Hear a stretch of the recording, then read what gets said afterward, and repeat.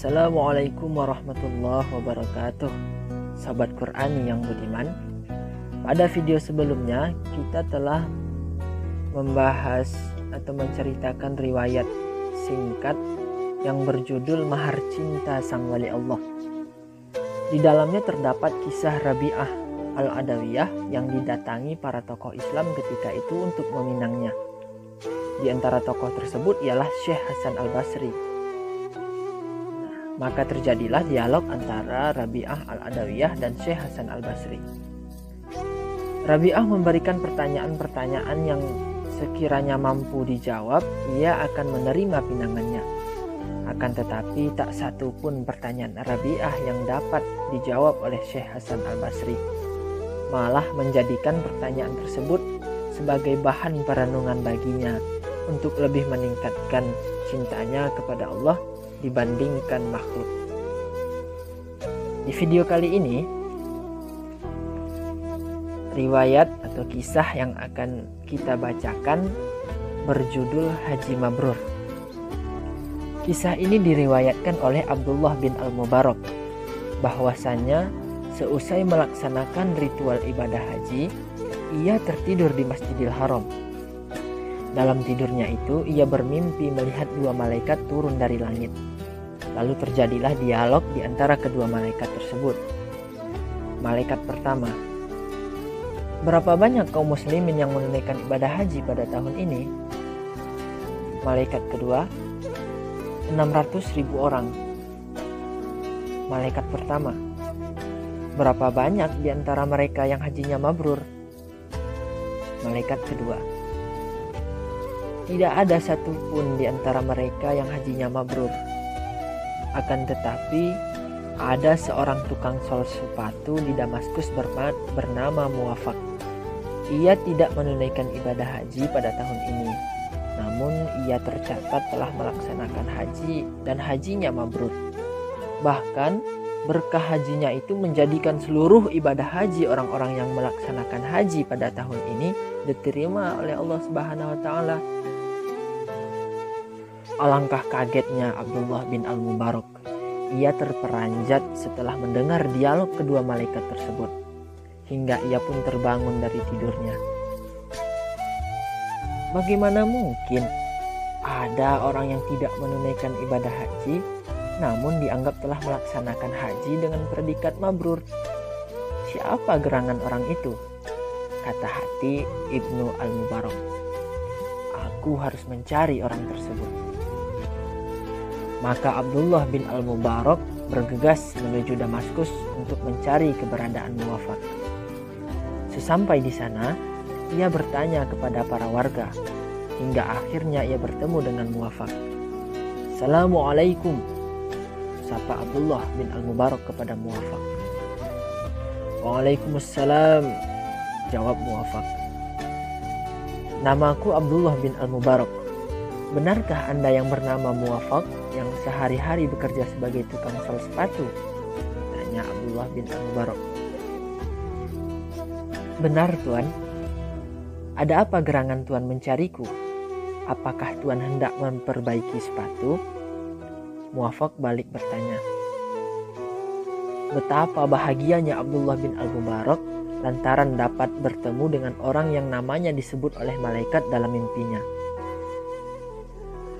Aku datang menemuimu tidak untuk urusan sepatu, melainkan ada sesuatu yang hendak aku tanyakan kepadamu, kata Abdullah bin Al-Mubarak. Silahkan, mudah-mudahan aku dapat menjawabnya, kata Muwafaq. Lalu Abdullah bin Al-Mubarak menceritakan mimpi yang ia lihat dalam tidurnya. Kemudian ia bertanya, perbuatan baik apa yang telah Anda kerjakan sehingga Anda mendapat kedudukan yang begitu mulia? Awalnya, Muwafaq juga tidak mengerti, bahkan kaget saat mendengar cerita mimpinya Abdullah bin Al-Mubarak. Ia tidak menyangka sama sekali jika namanya disebut-sebut oleh malaikat. Lalu, ia teringat akan peristiwa yang ia alami. Kemudian, ia bercerita. Sebenarnya, aku telah lama berharap dapat menunaikan ibadah haji ke Baitullah. Namun aku bukanlah orang yang berduit. Maka aku berusaha menyisihkan uang hasil pekerjaanku sebagai tukang sol sepatu hingga akhirnya aku memiliki uang sebesar 350 dirham. Aku sudah berniat untuk berangkat haji pada tahun ini. Sejenak Muwafaq menarik nafasnya dalam-dalam. Lantas, mengapa Anda tidak jadi menunaikan ibadah haji? Tanya Abdullah bin Al-Mubarak. Saat itu, istriku sedang mengandung. Dan pada suatu siang, ia mencium aroma makanan yang sangat sedap dari tetanggaku. Ia pun tiba-tiba ngidam ingin menikmati makanan tersebut. Lalu aku memberanikan diri untuk menemui tetanggaku dan meminta sedikit makanan tersebut guna mengobati ngidamnya istriku. Akan tetapi, saat aku menceritakan kepada tetanggaku perihal istriku, ia berkata, "Wahai Muwafaq, makanan ini halal bagi kami, namun haram bagi keluargamu." Awalnya, aku tidak paham mengapa bisa demikian. Lalu tetanggaku itu bercerita, "Wahai Muwafaq, di rumah ini terdapat 3 anak yatim yang sudah 3 hari tidak makan. Untuk itu, aku berusaha keluar rumah, barangkali ada rezeki buat kami. Namun di tengah jalan, yang aku temukan adalah bangkai himar. Tanpa berpikir panjang, aku langsung membawa pulang bangkai tersebut. Lalu aku memasak dagingnya. Jadi, daging ini halal bagi kami dan haram untuk keluargamu." Setelah mendengar cerita tersebut, hatiku tersayat-sayat dan tak terasa air mataku menetes. Lalu, aku kembali ke rumah dan mengambil uang tabunganku untuk aku berikan kepada tetanggaku itu. "Ambillah uang ini untuk keperluan anak-anak yatimmu." Dalam hati aku berkata, "Inilah perjalanan hajiku. Demikianlah Tuhan kisah yang aku alami." Abdullah bin Al-Mubarak hanya bisa termangu dan terharu mendengar kisah Al-Muwafaq tersebut.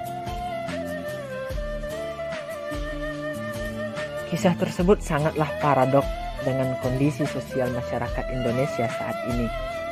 Faktanya, banyak masyarakat Indonesia yang pergi haji ke Baitullah berkali-kali. Sementara tetangganya masih banyak yang membutuhkan uluran tangan mereka.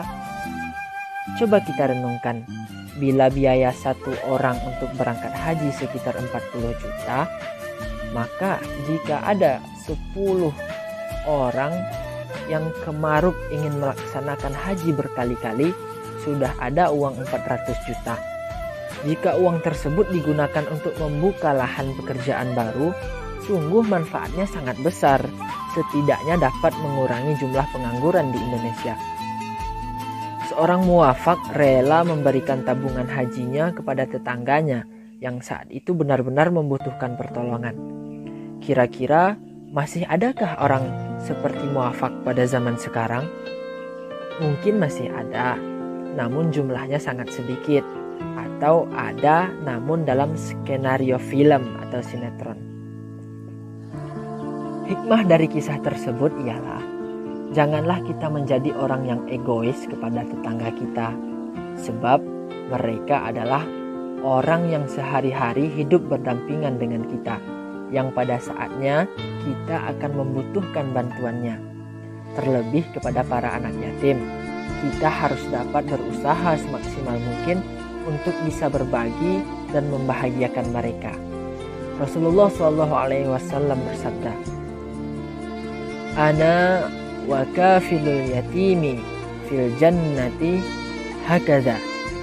Rawahu Bukhari wa Tirmizi wa Abu Daud wa Ahmad wa Malik. Aku dan orang yatim, orang yang memelihara anak yatim seperti ini. Allah memperlihatkan jari telunjuk dan jari tengah beliau secara rapat. Hadis Bukhari, Tirmizi, Abu Daud, Ahmad dan Malik. hakaza, seperti ini. Dalam hadis tersebut dijelaskan oleh para perawi hadis, Rasulullah Shallallahu Alaihi Wasallam menunjukkan jari tengah dan jari telunjuk beliau. Ini menandakan betapa dekatnya orang yang merawat dan menyantuni anak yatim dengan Rasulullah Shallallahu Alaihi Wasallam kelak di surga, terkait dengan keutamaan merawat anak yatim. Baca pula kisah berikutnya. Sekian kisah yang dapat kita bawakan pada kesempatan kali ini. Mudah-mudahan dapat menjadi pelajaran berharga bagi kita. Sekian saja dari saya. Billahi taufiq wal hidayah. Assalamualaikum warahmatullahi wabarakatuh.